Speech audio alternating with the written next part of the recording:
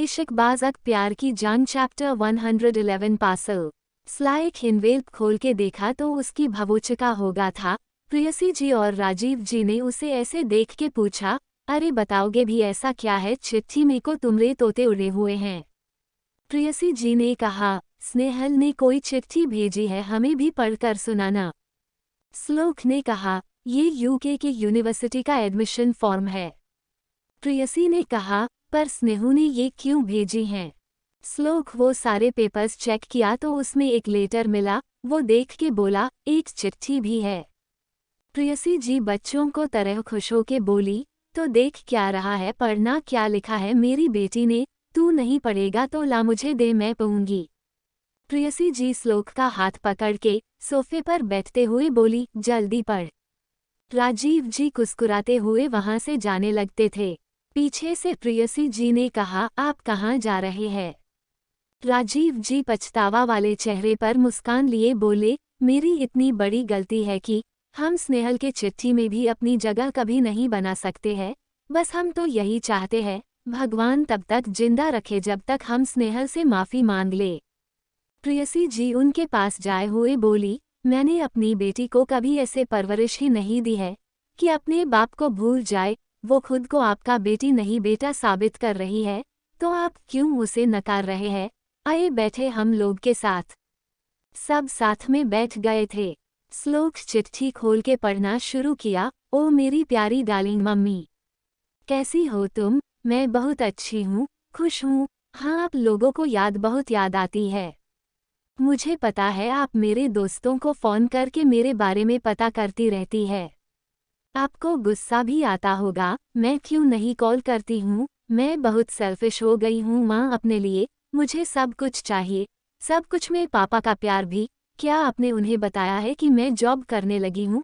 क्या अब उन्हें मुझ पर फ़ख्र महसूस होगा? क्या वो विश्वास करे अब मुझ पर? मैं भी क्या लेकर बैठ गई हूँ। छोड़ ये सब बात, मेरी फर्स्ट सैलरी आई थी। सब कहते हैं अपनी पहली कमाई बड़ों को देना चाहिए, पर आप में से मेरे पास कोई नहीं है, इसलिए मैंने अपनी पहली कमाई से आप लोगों के लिए कुछ कुछ लिया था, वही भेजवा रही हूँ। आपके पैरों में हमेशा दर्द होने लगता है न, इसलिए आपके लिए फुट मसाज भेजा है। मैंने सेट तो नहीं किया, आप पापा या सलोक से सेट करा लेना।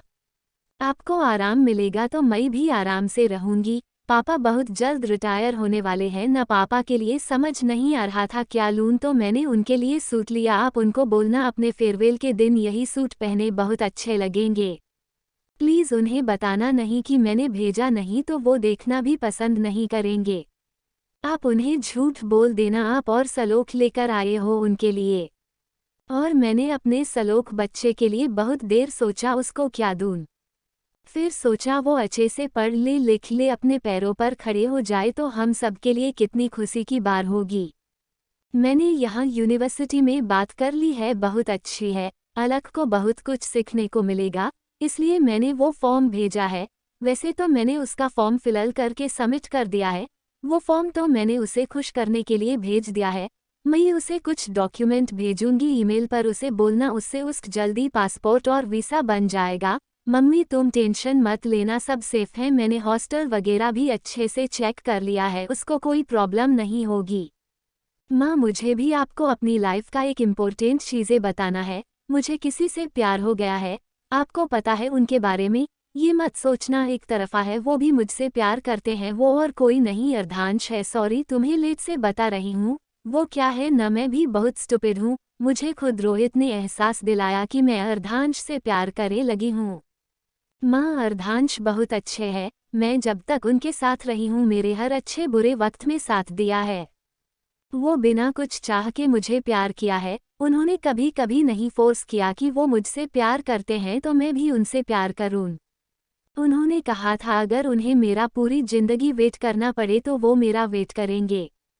आप ही बताओ माँ, कोई कैसे प्यार ना करे उस लड़के से। मुझे पता है आप उनसे बात करते हो कभी कभी, मुझे नहीं पता है वो आपको ये सब बताया है कि नहीं, पर मैंने आपको नहीं बताया था ना, तो मेरे पेट में हर दिन दर्द होता था, इसलिए आपको बात दिया।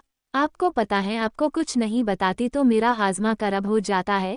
उतने महीनों वही हो रहा था, आज जाकर मुझे अच्छा लग रहा है और क्या बोलूं, सब कुछ तो बोल दिया है मैंने, अब क्या बोलूं समझ नहीं आ रहा है। जल्दी आपको अपने पास बुलाने की कोशिश करूंगी, तब तक मिस यू आप लोगों को। उद्धरण चिन्ह। बहुत रात हो गई है, यहाँ मैं सोने जा रही हूँ, कल आपकी बेटी को टाइम पर ऑफिस जाना है। उद्धरण चिन्ह। माँ लव यू। उद्धरण चिन्ह। सलोक लेटर पढ़ लिया था, वो लेटर फोल्ड करते हुए प्रेयसी जी और राजीव जी को देखा, जिनके आंखों में आंसू थे। राजीव जी उठ के वहां से रूम में चले गए थे और गेट बंद कर लिया था। उद्धरण चिन्ह। प्रेयसी जी अपना चेहरा हाथों से ढक के रोने लगी थी। उद्धरण चिन्ह। सलोक प्रेयसी जी को साइड गले लगा लिया था। उद्धरण चिन्ह। प्रेयसी सलोक को पकड़कर रोने लगी थी। उद्धरण चिन्ह। दूसरी तरफ अर्धांश के घर में भी एक पार्सल आया था जो स्नेहल ने भेजा था। वो पार्सल भी स्नेहल ने ही भेजवाया था। आयुषी वो बॉक्स खोल रही थी और दादी सा स्नेहल को फोन लगा रही थी। स्नेहल अभी ऑफिस में थी, उसने झट से फोन उठा लिया था। स्नेहल मुस्कुराकर बोली, दादी सा नमस्ते, आप कैसे हो, आप अपना ख्याल रख रहे हो ना, और दवा टाइम से लेते हो ना आपको पार्सल मिले। दादी सा मुस्कुराते हुए बोली, खुश रहे बाई सा, हम ठीक हैं, बस आप पन ख्याल रखे, अभी मिली है, ये आपने क्यों भेजवाई है। स्नेहल प्यार से बोली, आपने मुझे अपने घर में रखा, प्यास से खाना खिलाया, मेरे सर पर हाथ रखा, मुझे भी अपना परिवार माना, जब आपने इतना किया तो हम अपने परिवार को छोटा सा गिफ्ट तो दे सकते हैं।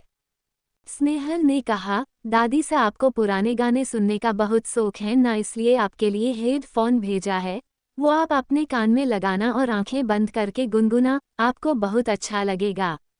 ऐसे ही सबके गिफ्ट्स के बारे में स्नेहल बताने लगी थी। उसे वक्त संवारना जी ऑफिस जाने के लिए निकल रही थी कि आयुषी ने कहा, मॉम वेट देखिए, नादी ने सबके लिए गिफ्ट भेजा, ये आपके लिए है। संवारना जी आकार गिफ्ट खोलने लगी थी। दादी सा ने फोन स्पीकर पर किया हुआ था। स्नेहल दूसरी तरफ से बोली, आंटी बताएगा जरूर कैसा लगा आपको। उस गिफ्ट में स्मार्ट वॉच थी। संवारना जी मुंह बनाकर भवे चढ़ाते हुए बोली, अच्छी है स्नेहल, पर मैं सस्ती चीज यूज नहीं करती। दादी सा आंखें दिखाते हुए बोली, बहुरिया। स्नेहल ने कहा, इट्स ओके आंटी, गिफ्ट तो दिल से दिया जाता है, और सुना है आपके फैमिली में सब कोई मिडिल क्लास के हैं, तो क्या आप अपने घर ये आए गिफ्ट को भी पैसों के तराजू में तोलती हैं। Chapter 112 all the best. Chapter 112 all the best. संवारना जी मुंह बनाकर भवे चढ़ाते हुए बोली, अच्छी है स्नेहल, पर मैं सस्ती चीज यूज नहीं करती। दादी सा आंखें दिखाते हुए बोली, बहुरिया। स्नेहल ने कहा, इट्स ओके आंटी, गिफ्ट तो दिल से दिया जाता है, और सुना है आपके फैमिली में सब कोई मिडिल क्लास के हैं, तो क्या आप अपने घर ये आए गिफ्ट को भी पैसों के तराजू में तोलती हैं। आयुषी को ये सुनकर हंसी आ गई थी। संवारना जी गुस्से में आयुषी घूरते हुए बोली, आयु अपना मुंह बंद कर ले। संवारना जी टेबल से फोन उठा के स्पीकर से हटा के बोली, और स्नेहल अपनी जबान संभाले, आप इतनी भी बड़ी नहीं हुई है कि हमें कुछ भी बोले। स्नेहल हंसते हुए बोली, स्पीकर से हटा दिया फोन, मैं यही तो चाहती थी। अब सुनो वुड बी सासू माँ, आपको पता है आपको घड़ी क्यों भेजी है, क्योंकि अभी आपका टाइम अच्छा चल रहा है, अगर मैं आ गई तो आपका वक्त बुरा हो जाएगा। हुकुम सा के जिंदगी में टांग अड़ा रही है, उसे पीछे कर ले अच्छे से, नहीं तो स्नेहल स्नेह से आपको हर चीज समझाएगी। तो सासू माँ all the best. Snehal phone रख दी थी। संवारना जी का हाथ फोन पर गुस्से में कसता जा रहा था। वो फोन पटकते हुए टेबल पर रखी और वहां से चली गई थी। दादी संवारना जी को देख के बोली, बहुरिया ऐसा क्यों सोचती है, जबको वो खुद भी मध्यम वर्गीय परिवार से हैं, पता नहीं क्या सोचती हैं, घर में भी कभी कभी ही देखते हैं इन्हें। दादी सा सर पर मरते हुए बोली, और स्नेहल बाई सा भी मुनहफट हैं, उनके दिल में जो आता है बोल देती हैं। आयुषी ने कहा, पर दादी गिफ्ट पैसे देख के थोड़ी देते हैं, उसमें तो सामने वाले को खुशी देखी जाती है, और दी ने कितने प्यार से हम लोगों के लिए भेजा है ये सब।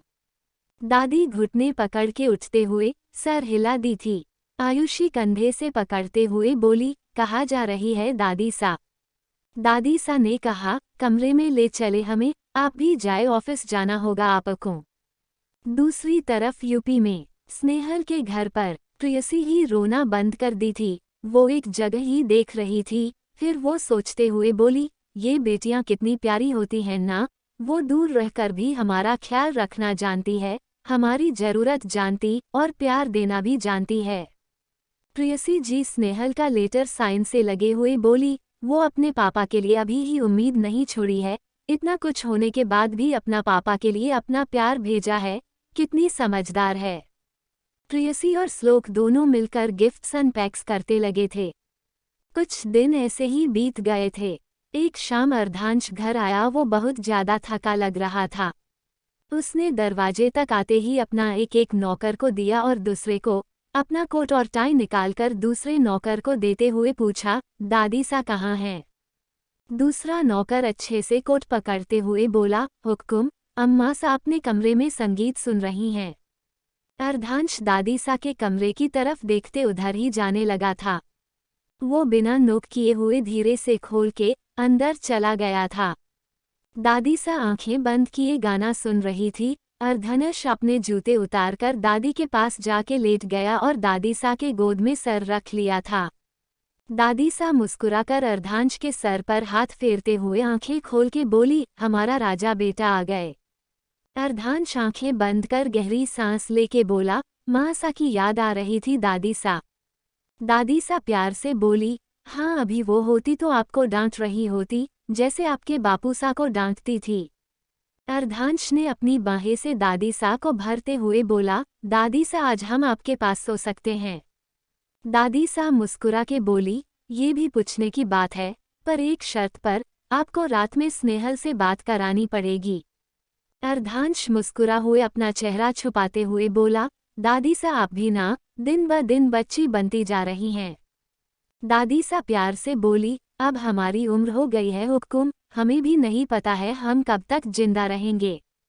अर्धांश झटके से उठकर बैठकर रूठे हुए कहा, प्लीज दादी सा आप न कहे ऐसा, अब हमारे पास हिम्मत नहीं है कि किसी का भी खोना हम बर्दाश्त कर लेंगे।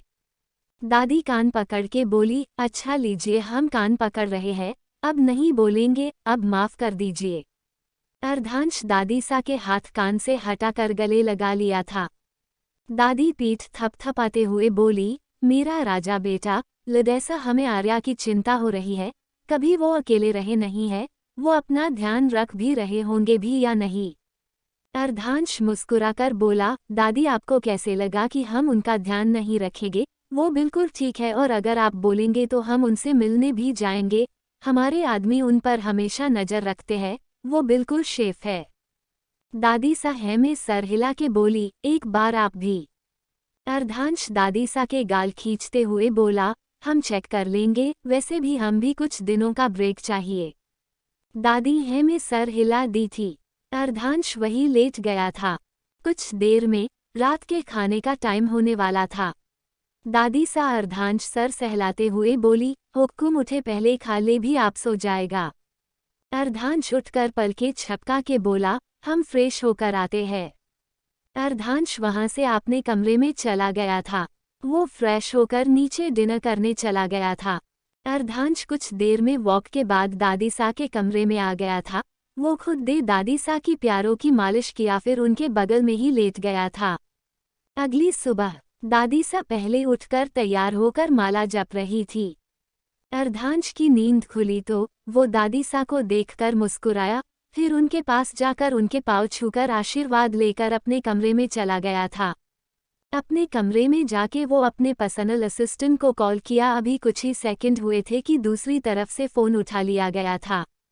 अर्धांश अपने कपड़े निकलते हुए बोला, कुछ दिन के लिए सारी मीटिंग पोस्टपोन कर दे और ज़रूरी हो हमें लंदन के ऑफिस में कनेक्ट करने बोल दे, और यहाँ का काम आप कुछ दिनों के लिए देख लीजिएगा और हम आपको डिटेल्स भेज रहे हैं, हमारा टिकट्स बुक करके अरेंजमेंट कर दे। दूसरी तरफ से सिर्फ जी सर की आवाज़ आई थी। अर्धांश मैसेज किया और फ़ोन रखकर अपना कपड़ा निकलकर बैग पर रखा और बाथरूम जाने से पहले इंटरकॉम में फ़ोन कर एक नौकर को कमरे में बुलाया। कुछ देर में एक नौकर कमरे में आ गया था। अर्धांश उन्हें देख के बोला, ये कपड़े सूटकेस में पैक करे और हमारी कुछ दिनों की जरूरत का सामान भी। अर्धांश इतना कहकर बाथरूम में चला गया था। कुछ देर में वो बाहर निकला। वो एक टी शर्ट पहना और जीन्स, अपने हाथों से गीले बालों को सेट करके अपने बॉडी पर परफ्यूम स्प्रे किया। वो हाथों में खड़ी पहने कर खुद को मिरर में देखते हुए बोला, परफेक्ट, लेट्स गो। अर्धांश को कमरे से निकलकर दादी सा के कमरे में वापस आके बोला, दादी सब हम कुछ दिनों में वापस आ जाएंगे और हमने हवेली की सिक्योरिटी बढ़ा दी है, आप लोग सेफ रहिएगा। दादी सा अर्धांश का चेहरा अपनी बूढ़ी हाथों से भरते हुए बोली, अपना ख्याल रखिएगा और समय पर हमसे बात कर लीजिएगा, नहीं तो हम परेशान होते रहेंगे। अर्धांश मुस्कुराकर सर हाँ में हिला दिया था। अर्धांश दादी सा के पाँव छूकर आशीर्वाद लिया और एयरपोर्ट के लिए निकल गया था। चैप्टर 113 आर्या की फिक्र। चैप्टर 113 आर्या की फिक्र। 109। अर्धांश दादी सा के पाँव छूकर आशीर्वाद लिया और एयरपोर्ट के लिए निकल गया था। किसी को कुछ नहीं पता था वो कहाँ गया था। वो घर से संवारना जी और आयुषी के उठने से पहले ही निकल चुका था। आर्या दिल्ली की तरह अर्धांश को कॉल कर रहा था, पर अर्धांश का कॉल नहीं लग रहा था। आर्या घर पर बात करने के लिए कॉल किया था। एक नौकर फोन उठाया और सवर्णा जी को जाकर फोन दे दिया था। आर्या ने कहा, गुड मॉर्निंग मॉम, आप कैसे हो? सवर्णा जी खुश होके बोली, आपकी आवाज़ सुनकर तो हम अफले ही ठीक हो गए हैं। आप कैसे हैं? आपको अपनी मॉम की याद नहीं आती? आर्या ने कहा, ऐसी बात नहीं है मॉम, हम आप सबको बहुत मिस करते हैं। सवर्णा जी ने कहा, आरू अगर आपको वहाँ कुछ भी प्रॉब्लम हो तो आप यहाँ आ सकते हैं। आर्या बात बदलते हुए बोला, मॉम मैं बाद में वीडियो कॉल करूँगा, हमारी बात दादी सा के कराएगा। अच्छा मॉम भाई सा है क्या आपके आसपास? सवर्णा जी चिढ़ के बोली, आप हमसे कभी बात नहीं करना चाहते हैं। आर्या ने कहा, माँ आप ऐसा क्यों कहते हैं, आपको अच्छे से पता है हमारा दिन भाई से बात किए बिना शुरू नहीं होता है। बाय माँ, लव यू। आर्या फोन रख दिया था। सवर्णा जी सर पकड़ के बोली, ये लड़की कितनी कुछ बिगाड़ के गई है, इसलिए तो खुद पर इतना घमंड करती है। इसकी घमंड मैंने अपनी जूती के नीचे नहीं रोंधा तो हमारा नाम भी सवर्णा रघुवंशी नहीं। वो किसी को फोन करने लगी थी। कुछ देर दूसरी तरफ से फोन उठा सवर्णा जी अपने मन के गुस्से को दांतों तले पिसते हुए बोली, एक लड़की का पता करना है और उसे डर का एहसास दिलाना है। अभी वो यूएसए में है, तुम्हारी टिकट और पैसे तुम्हारे पास जल्दी पहुंच जाएगी। सवर्णा जी फोन कट की और मुस्कुराते हुए बाहर देखे लगी थी। दूसरी तरफ आर्या स्नेहल को कॉल करने लगा था। स्नेहल अपना प्रेजेंटेशन अपने बॉस और क्लाइंट के सामने प्रेजेंट कर रही थी। उस अंधेरे कमरे में एक बड़े से स्क्रीन की लाइट के अलावा किसी चीज का नहीं था। स्नेहल अपने फोन पर ध्यान नहीं दे रही थी। स्नेहल का बॉस की नज़र उसके फोन पर चली गई थी, जिसमें बहुत बार कॉल आकर कट जा रहा था। स्नेहल का बॉस बीच में बोला, miss Snehal. Snehal screen pause करते हुए बोली, यस सर। स्नेहल का बॉस उसके फ़ोन की तरफ इशारा करते हुए बोले, your phone used to ring for a long time, may be there is an urgent call, anyway we have been sitting for the last 2 hours, you never leave the office, take a break off at least 5 minutes। तभी स्नेहल का phone फिर से vibrate होने लगा था। Snehal customised message send करते हुए बोली, sir almost presentation is done, please give me 5 minutes, I finish it then we take a break. Boss तालियां बजाते हुए बोला, very impressive, I don't know what but you have something. Snehal थोड़ा झुक के बोली, थैंक यू सर। बॉस ने हाथों के इशारा से कहा, प्लीज कैरी ऑन। स्नेहल फिर से स्टार्ट की, जैसा उसने कहा था 5 मिनट, तो 5 मिनट में उसने मीटिंग खत्म कर दी थी। स्नेहल ने कहा अपने हाथों को जोड़ के बोली, thank you, after break we meet here. सब ने सहमति जताई और स्नेहल अपना फ़ोन लेकर बाहर चली गई थी। स्नेहल अपना फ़ोन उठा के बाहर जाते हुए आकाश की तरफ देखते हुए बोली, भगवान कुछ बुरा न हो।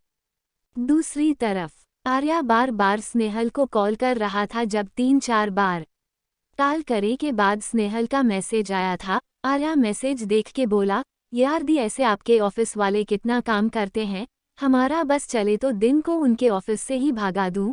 बदतमीज ऑफिस वाले दी को तंग कर रहे हैं। वो अपने कॉलेज के आर्ट गैलरी की तरफ जाने लगा था। अभी कुछ देर ही हुए थे कि आर्या का फोन रिंग होने लग था। आर्या जल्दी से फोन उठा के बोला, दी आप अपने ऑफिस वालों को पीटते क्यों नहीं हो? स्नेहल हंसते हुए बोली, सॉरी बाबा मीटिंग में थी, जरूरी था इसलिए ध्यान नहीं था फोन पर। उद्धरण चिन्ह। आर्या ने कहा, इट्स ओके हम आपका फोन का वेट कर सकते हैं। स्नेहल प्यार से बोली, अरे अरे मेरे पिछले जन्म के बिछड़े हुए बेटे, तुम कितना मीठा बनोगे, मैं तो शुगर की पेशेंट बन जाऊंगी।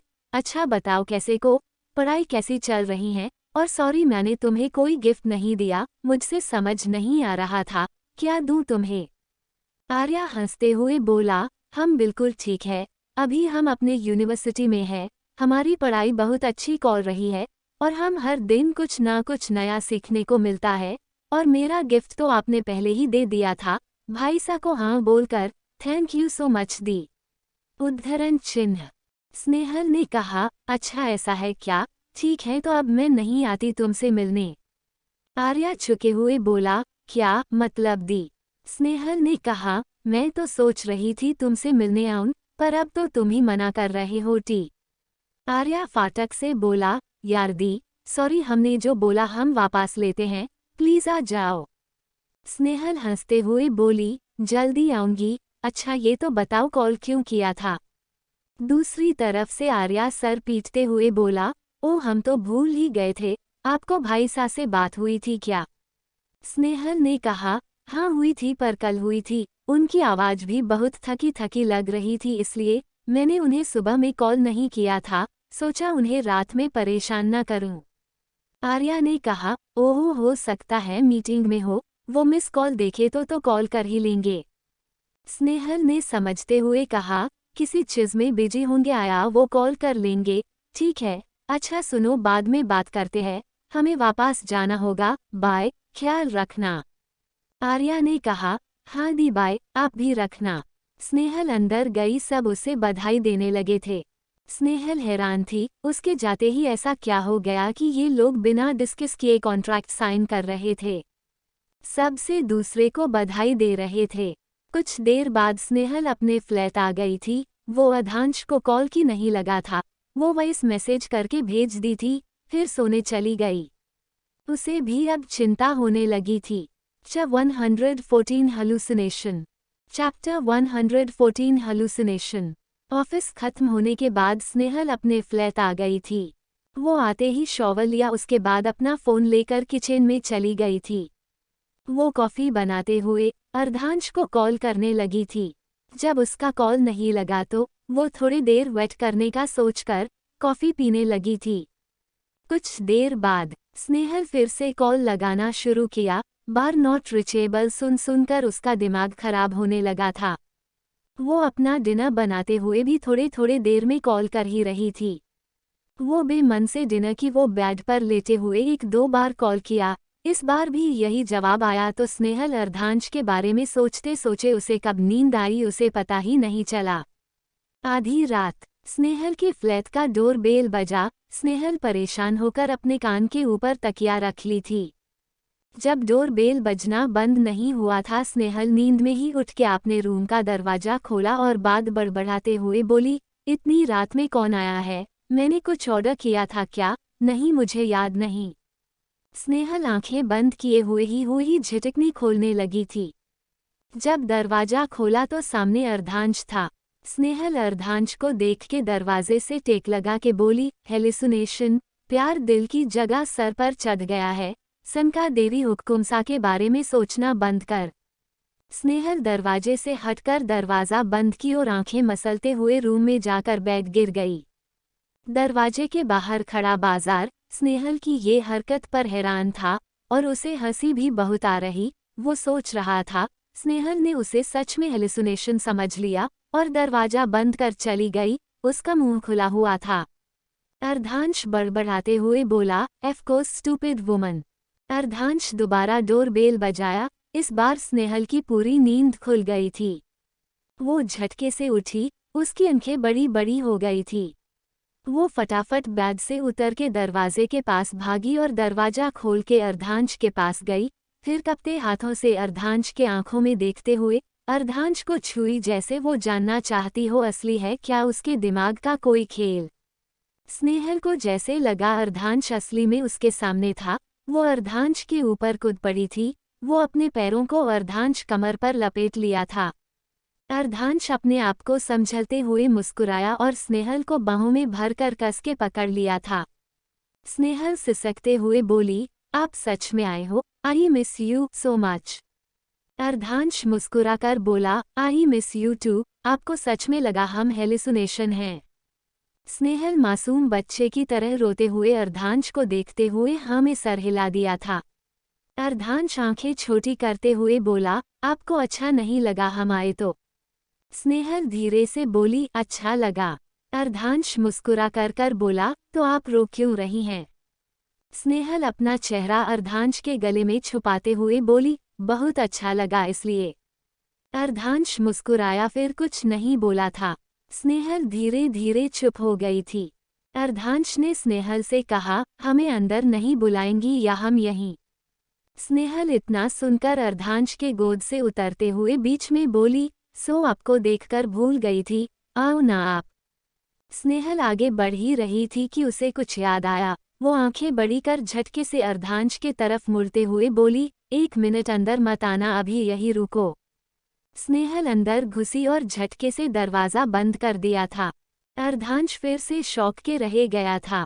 अंदर स्नेहल घर में बिखरा हुए सामान समेट के अपने कपबोर्ड में ठूस के बंद कर रही थी। उसे 5 मिनट लगे ये सब करने में। वो गहरी सांस लेकर दरवाजे के खोली, फिर अर्धांश को देख के कान पकड़कर बोली, सॉरी। स्नेहल अर्धांश का हाथ पकड़ के बोली, अब अंदर आओ। अर्धांश मुस्कुराते हुए अंदर आ गया था। स्नेहल अर्धांश को सोफे पर बैठाते हुए बोली, आप कैसे हो? अर्धांश प्यार से बोला, हम ठीक हैं। आप सो रही थी? सॉरी हमने आपको जगा दिया। हमने बहुत कोशिश की, हम आपसे सुबह मिलने आए पर हम अपने आप को रोक नहीं पाए। स्नेहल अर्धांश के दोनों हाथों को अपने गालों पर रखते हुए बोली, आपको मेरे पास आने के लिए कभी सोचना नहीं चाहिए। आप जब भी चाहो आ सकते हो। और सॉरी क्यों? अच्छा किया आप आ गए। आपको देख के मैं कितनी खुश हूँ बता भी नहीं सकती। बहुत ज़्यादा खुश हूँ, बहुत से भी बहुत। अर्धांश मुस्कुराकर स्नेहल का सर चूम लिया था। स्नेहल अपनी आंखें बंद कर ली थी और धीरे से बोली, आई मिस दिस। कितने महीने बाद मैं सेफ फील कर रही हूँ। अर्धांश स्नेहल को अपने पास बैठाकर गले लगा लिया था। कुछ देर बाद अर्धांश ने कहा, स्नेहल आपको आराम करना चाहिए, हम कल सुबह आपसे मिलने आएंगे। स्नेहल अर्धांश से अलग होकर बोली, पर क्यों यही रहे जाओ ना। आप बेड पर सो जाना और मैं तो सोफे में भी से जाऊंगी। Please please please please please यही रुक जाओ ना आप, होटल कैंसल कर दो। स्नेहल हाथ जोड़कर ऑलमोस्ट गिड़गिड़ाते हुए बोली, प्लीज़ मत जाओ ना। अर्धांश स्नेहल का हाथ नीचे करे हुए बोला, ये आप क्या कर रही है? हम नहीं जा रहे हैं कहीं। आप हमें हक से कुछ भी बोल सकती हैं। अभी क्या हम नीचे से अपना सामना लेकर आए? स्नेहल ना में सर हिला के बोली, नहीं नहीं आप बैठो, मैं ले एक आती हूँ। कहीं आप नीचे गए फिर भाग गए तो इसलिए आप यहीं रुको। स्नेहल जाने लगी थी कि अर्धांश हंसते हुए बोला, स्नेहल 1 मिनट कारकी की तो लेते जाए। स्नेहल भागते हुए गई, अर्धांश के हाथों से चाबी ली, फिर अर्धांश के गालों पर किस करके भाग गई थी। अर्धांश अपना गाल छूकर स्माइल करने लगा था। वो सोफे से खड़ा हुआ और चारों तरफ नजरें घुमा के स्नेहल का घर देखने लगा था। कुछ देर में स्नेहल सामान लेकर अंदर आई और दरवाज़ा लॉक करके अर्धांश को देख के मुस्कुराई। उसके बाद सामान बेडरूम में ले जाते हुए बोली, आप आराम से फ्रेश हो जाओ, मैं आपके लिए कुछ बनाती हूँ। अर्धांश उसके पीछे पीछे रूम में आते हुए बोला, ऑफ कोर्स मैडम, ये आपका रूम है मैडम। स्नेहा हाँ में सर हिला के बोली, हाँ और मैंने आपके हाथों से डेकोरेट किया है। अर्धांश मुस्कुराकर स्नेहल का सर सहला के बोला, बहुत अच्छा है। स्नेहल एक दरवाजे की तरफ इशारा करते हुए बोली, वो बाथरूम में, आप फ्रेश हो जाओ। अर्धांश हाँ ने सर हिला दिया था। स्नेहल किचन में आकर अर्धांश के खाने के लिए कुछ बनाने लगी थी। अर्धांश भी बाथरूम चला गया था। स्नेहल इतना फटा पर काम कर रही थी कि जैसे उसके अंदर कोई रोबोट घुस गया था। कुछ देर बाद जब अर्धांश बाथरूम से बाहर आया तो तुम पूरा साफ था, बेड पूरा क्लीन, जैसे वह कोई सोया हुआ ही नहीं था। अर्धांश मुस्कुरा भी कपड़े पहनकर अपने बाल सूखने लगा था। अर्धांश रूम से बाहर आया तो स्नेहल किचन में काम कर रही थी। वो एक दीवार से टेक लगाकर स्नेहल को देख रहा था। स्नेहल की जब नजर गई वो मुस्कुराकर बोली, आप वहाँ क्यों खड़े हो, आप यहाँ भी बैठ सकते हो। स्नेहल एक चेयर अपने बगल में रख दी थी। अर्धांश मुस्कुरा हुए स्नेहल पास आकर बैठ गया था। स्नेहल कॉफी पकड़ाते हुए बोली, ये आपका जेट लैग दूर कर देगा। अर्धांश कॉफी देखते हुए बोला, अभी भी मिर्ची डालकर तो नहीं दी है ना। स्नेहल हंसते हुए बोली, नहीं। अर्धांश कॉफी पीने लगा और स्नेहल खाना बनाकर डाइनिंग टेबल पर लगा दी थी। 115 पाचाई। चैप्टर 115 पाचाई। स्नेहल एक चेयर अपने बगल में रख दी थी। अर्धांश मुस्कुरा हुए स्नेहल पास आकर बैठ गया था। स्नेहल कॉफी पकड़ाते हुए बोली, ये आपका जेट लैग दूर कर देगा। अर्धांश कॉफी देखते हुए बोला, अभी भी मिर्ची डालकर तो नहीं दी है ना। स्नेहल हंसते हुए बोली, नहीं। अर्धांश कॉफी पीने लगा और स्नेहल खाना बनाकर डाइनिंग टेबल पर लगा दी थी। अर्धांश टेबल पर बैठ गया था। अर्धांश खाना खा रहा था। स्नेहल प्यार से उसे देखे जा रही थी। अर्धांश सर झुकाए हुए ही मुस्कुरा कर बोला, आप हमें ऐसे देखती रहेंगी तो हम खा नहीं पाएंगे। स्नेहल मुस्कुराने के लगी थी। स्नेहल ने कहा, आपने पहले क्यों नहीं बताया कि आप आने वाले हैं। आर्या कितना परेशान हो गया था। अर्धांश ने कहा, हमने बहुत जल्दी प्लान बना लिया था कि किसी को बताने का मौका नहीं मिला। हम उनसे बात कर लेंगे और दादी सा को लग रहा है वो अपना ख्याल नहीं रखते हैं, इसलिए उनसे मिलने भी जाएंगे। स्नेहल सर नीचे करके होठों को दांतों से काटते हुए सोच के बोली, वो क्या आप, हम बोल रहे थे, क्या आप जल्दी चले जाओगे। अर्धांश खड़ा हुआ और स्नेहल के पास आकर बैठ गया था। स्नेहल चौंक के बोली, अरे आपने खाना क्यों छोड़ दिया। अर्धांश प्लेट स्नेहल के सामने करते हुए बोला, अभी तो हम आपसे खातिरदारी की नहीं कराई हैं, ऐसे कैसे चले जाएंगे, चलिए अपने हाथों से हमें खिलाएं। स्नेहल स्माइल करके हाँ में सर हिलाई और अपने हाथों से खिलाने लगी थी। कुछ देर बाद खाना खाने के बाद स्नेहल प्लेट्स रखते हुए बोली, अर्धांश आप सो जाए, आप थके होंगे। अर्धांश स्नेहल को पीछे से गले लगाते हुए बोला, थकी हुई तो आप भी हैं। स्नेहल अपना हाथ साफ करते हुए बोली, मैं भी सोऊंगी ही न, वो देखो मेरा बेड लग रहा है।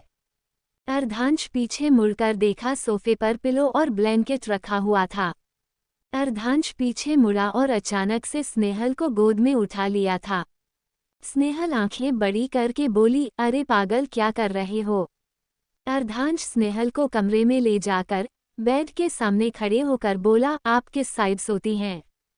स्नेहल कंफ्यूज होकर बोली, क्यों। अर्धांश ने आंखें बंद किए हुए बोला, राइट और लेफ्ट। स्नेहल हाथों से इशारा करते हुए बोली, राइट साइड। अर्धांश गहरी सांस लेके स्नेहल को राइट में लिटाते हुए बोला, ओके। स्नेहल कंफ्यूज होके बोली, कर क्या रहे हैं। अर्धांश दूसरी साइड जाकर लेट गया और स्नेहल को हग करके बोला, हमें चैन की नींद सोनी है और हमें खुद पर भरोसा है स्नेहल को, हम कुछ भी आपके साथ गलत नहीं करेंगे। स्नेहल का दिल का धड़कन बहुत तेज चलने लगी थी। उसकी आंखें बड़ी हो गई थी, वो इंच भी इधर से उधर हिल भी नहीं रही है। उसे देख के ऐसा लग रहा था बेड पर उसे किसी ने स्टैच्यू कर दिया हो और वो सांस भी लेना छोड़ी हुई थी। अर्धांश स्नेहल के चेहरे के करीब आया और स्नेहल के माथे को चूमा और अपना चेहरा उसके गले में छुपा लिया था। स्नेहल बेड सीट को अपने हाथों से पकड़कर मुट्ठी करके बंद कर ली थी। कुछ ही देर में स्नेहल को अपनी ही परछाई दिखने लगी थी, जो उसके सामने मुस्कुरा रही थी। स्नेहल परछाई देख के शॉक हो गई थी। वो खुद में सोचते हुए बोली, मैं इतनी जल्दी मार गई अभी तो। सामने से परछाई बोली, अरे तुम जिंदा हो, सांस ले लो अच्छे से, ऐसा तो नहीं है कि तुम पहले अर्धांश के साथ साइन नहीं हो। स्नेहल आंखें बड़ी करके खुद से बोली, ये मेरी मन की बात कैसे जान गई। परछाई ने कहा, अरे मैं कैसे नहीं जानूंगी, तुम ही तो मैं हूँ। अच्छा बताओ धड़कने क्यों बड़ी हुई है। स्नेहल खुद से बोली, तो क्या करूं, ये ऐसे मेरे बगल के सो गए हैं। परछाई ने कहा, पहली बार तो नहीं सोई हो, हाँ वो अलग बात है, तुम पहली बार नशे में थी, जो तुम्हें याद तक नहीं था, और दूसरी बार एक ही बेड पर टाकियों का दीवार बना कर सोए थे, पर सुबह तक तो अर्धांश के बाहों में थी। स्नेहल की आंखें बड़ी हो गई थी। परछाई ने कहा, जब उसे खुद पर भरोसा है तो तुम उस पर भरोसा क्यों नहीं कर रही, प्यार करता है वो तुम्हें। स्नेहल आंखें छोटी करते हुए खुद से बोली, प्यार से पहले मुझे भरोसा ही हुआ था अर्धांश पर, प्यार तो बाद में हुआ है। परछाई ने मुस्कुराकर कहा, इसलिए तो कह रही हूँ उसे भी चैन से सोने दो और तुम भी सो जाओ, उसका चेहरा देखा लग रहा है कितनी दिन से वो सोया नहीं है। स्नेहल अर्धांश का चेहरा देखी, फिर अपनी परछाई को देखने के लिए सर दूसरी तरफ किया तो वहां कोई नहीं था। स्नेहल मुस्कुराकर अर्धांश के करीब जाकर उसे हग कर ली थी। अर्धांश की हल्की से नींद खुली, वो स्नेहल को करीब कर बोला, नींद नहीं आ रही आपको। स्नेहल अर्धांश के दिल पर हाथ रख के बोली, गुड नाइट। कुछ देर में स्नेहल को भी फिर से नींद आ गई थी।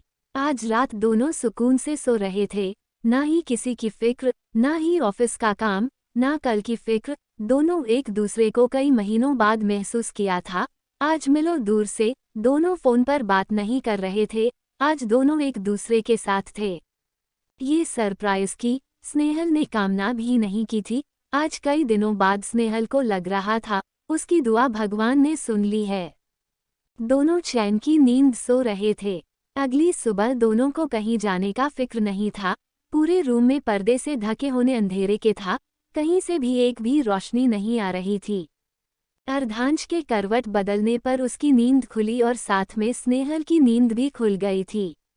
वो मुस्कुराते हुए अंगड़ाई लेते हुए अर्धांश को देखी, जो बड़े को हिलते हुए देख रहा था। स्नेहल प्यार से बोली, गुड मॉर्निंग। अर्धांश स्नेहल की तरफ मुड़ा और मुस्कुराते हुए चेहरा घुमाया, प्यार से बोला, गुड मॉर्निंग। अर्धांश का फोन बजने लगा था को स्नेहल को लगा उसका कॉल आ रहा था। वो बेड से उठी और लिविंग आकर फोन उठाकर कान के पास लगा ली थी। दूसरी तरफ से जो आवाज आया वो स्नेहल सुनकर शॉक हो गई थी। चैप्टर 116 सुबह की बात। चैप्टर 116 सुबह की बात। वो मुस्कुराते हुए अंगड़ाई लेते हुए अर्धांश को देखी, जो बड़े को हिलते हुए देख रहा था। स्नेहल प्यार से बोली, गुड मॉर्निंग। अर्धांश स्नेहल की तरफ मुड़ा और मुस्कुराते हुए चेहरा घुमाया, प्यार से बोला, गुड मॉर्निंग। स्नेहल और अर्धांश एक दूसरे को गुड मॉर्निंग बोले और हग किए हुए बैठे हुए थे। बाहर लिविंग रूम में फोन बजने लगा था। स्नेहल अर्धांश का हाथ हटाते हुए बोली, मैं चेक करती हूँ। स्नेहल उठी और अपना बाल बांधते हुए रूम से बाहर आई। टेबल पर बजता फोन देखकर मुस्कुराते हुए उठा ली थी। स्नेहल मुस्कुराते हुए बोली, हेलो आर्या। आर्या का कुछ छोटे हुए आवाज आया, दियाप और भाई सा का फोन आपने पास कैसे। स्नेहल कान के पास से फोन हटाकर देखी तो अर्धांश का फोन था। वो दांतों तले जीभ काट ली थी। स्नेहल को याद आया अर्धांश का फोन और उसका ऑफिस से दिया हुआ फोन सेम था और वो अनजाने अपना फोन समझकर फोन उठा ली थी। वो फोन से ही अपने सर पर मरने लगी थी। आर्या का दूसरी तरफ से आवाज आया, हम आपसे बात नहीं करेंगे, आप हमसे झूठ क्यों बोली दी जब भाई सा आपके साथ ही थे तब। स्नेहल इधर से सफाई देने की कोशिश करती कि आर्या फोन कट कर दिया था। स्नेहल पीछे मुड़ी कि अर्धांश पीछे खड़ा था। स्नेहल 2 कदम पीछे चली गई थी। अर्धांश स्नेहल का कमर पकड़ के आपने करीब करके बोला, आप परेशान न हो, हम मना लेंगे। स्नेहल फोन देते हुए बोली, मुझे लगा मेरा फोन है इसलिए मैंने गलती से उठा लिया था। अर्धश आपने गाल को स्नेहल के गालों में सटा कर कहा, इसके हमने आपको कुछ कहा क्या? आप हमें एक्सप्लेन क्यों कर रही हैं? स्नेहल आंखें बंद करके बोली, आप क्या कर रहे हैं? अर्धांश स्नेहल के गले पर अपने होठों रख लिया था। स्नेहल बिल्कुल सिहर गई थी, उसके बढ़ गई थी। वो हाथों को मुट्ठी बना ली थी। स्नेहल धीरे से बोली, अर्धांश। अर्धांश दूर हो गया था। स्नेहल भागते हुए बाथरूम चली गई थी। अर्धांश पीछे से स्नेहल को देखकर हंसने लगा था। स्नेहल बाथरूम का दरवाज़ा झटके से बंद करके दिल पर हाथ रख के जोर जोर से सांस लेने लगी थी। कुछ देर में बाहर आई तो देखा अर्धांश आर्या से वीडियो कॉल पर बात कर रहा था। स्नेहल किचन में जाकर अर्धांश के लिए और अपने लिए कॉफ़ी बनने लगी थी। आर्या उसके पास आकर टैब स्नेहल की तरफ करते हुए बोला, आर्या आपसे कुछ कहना चाहते हैं। स्नेहल आर्या को देखी, फिर टैब में आर्या को जो कान पकड़े हुए था। स्नेहल उसे देख के बोली, तुम ऐसे क्यों खड़े हो, प्रोफेसर्स ने तुम्हें पनिशमेंट दी है क्या? आर्या ने कहा, दी आई एम सॉरी, हमने बिना वजह आप पर इल्ज़ाम लगाया, वैसे भी हमारी गलती नहीं है, सब भाई सा की गलती है, उन्होंने हम नहीं बताया कि वो आपको सरप्राइज देने वाले हैं। स्नेहल मुस्कुराकर बोली, कोई बात नहीं, हमने भी गलती से ही हुक्म सा का फ़ोन उठा लिया था। आर्या ने कहा, दी अभी भी हुक्म सा, भाई सा को नाम से बोलो या जान, बेबी, जानू और डार्लिंग बोलो। अर्धांश पीछे मुंह दबाकर हंसने लगा था। स्नेहल घूरते हुए बोली, रियली आर्या बेबी, अब हम आपको बताएं कि हम किस नाम से पुकारे?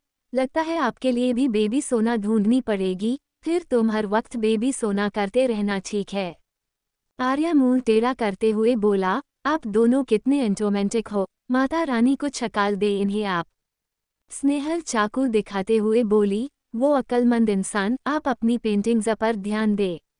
आर्या एक्साइटेड होके बोला, दी आप भी तो हमसे मिलने आने वाले थे ना, तो आप भी भाई के साथ ही मुझसे मिलने आना, प्लीज़ प्लीज़ दी।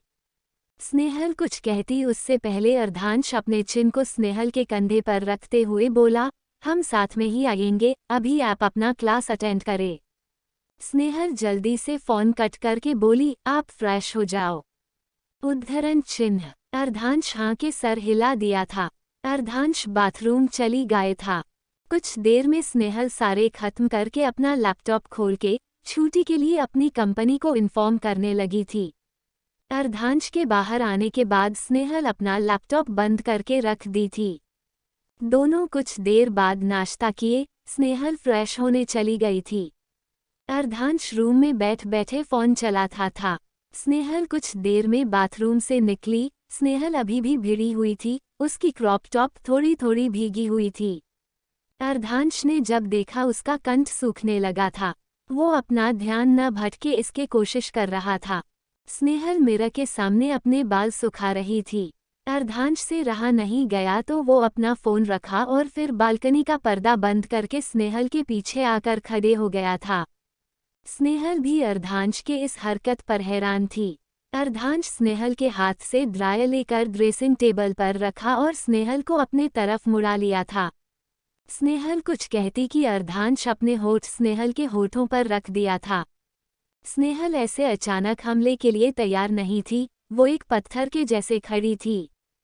कुछ ही देर हुआ था कि स्नेहल अपने खुली कमर का पर हाथ फिराने ली था, उसका दूसरा हाथ गले में था। अर्धांश की उंगलियां स्नेहल को बेकाबू करने के लिए रख दी थी। स्नेहल भी अपने आप को पूरा ढीला छोड़ दी, वो भी अर्धांश का साथ देने लगी थी। अर्धांश किस करते हुए स्नेहल को बेड के पास ले आ गया था। अर्धांश स्नेहल को धीरे से बेड पर पुश किया, वो स्नेहल के ऊपर आ गया था। अर्धांश फिर से स्नेहल के होठों पर किस करने लगा था, धीरे धीरे स्नेहल भी साथ देने लगी थी। अर्धांश स्नेहल के होठों को छोड़कर स्नेहल के गले पर किस करने लगा था, वो धीरे धीरे नीचे बढ़ने लगा था। अर्धांश धीरे से अपने दांतों से स्नेहल की टॉप को ऊपर रख दिया था और अपने होठों को स्नेहल के पर रख दिया था। स्नेहल की पूरी बॉडी सिहर रही थी।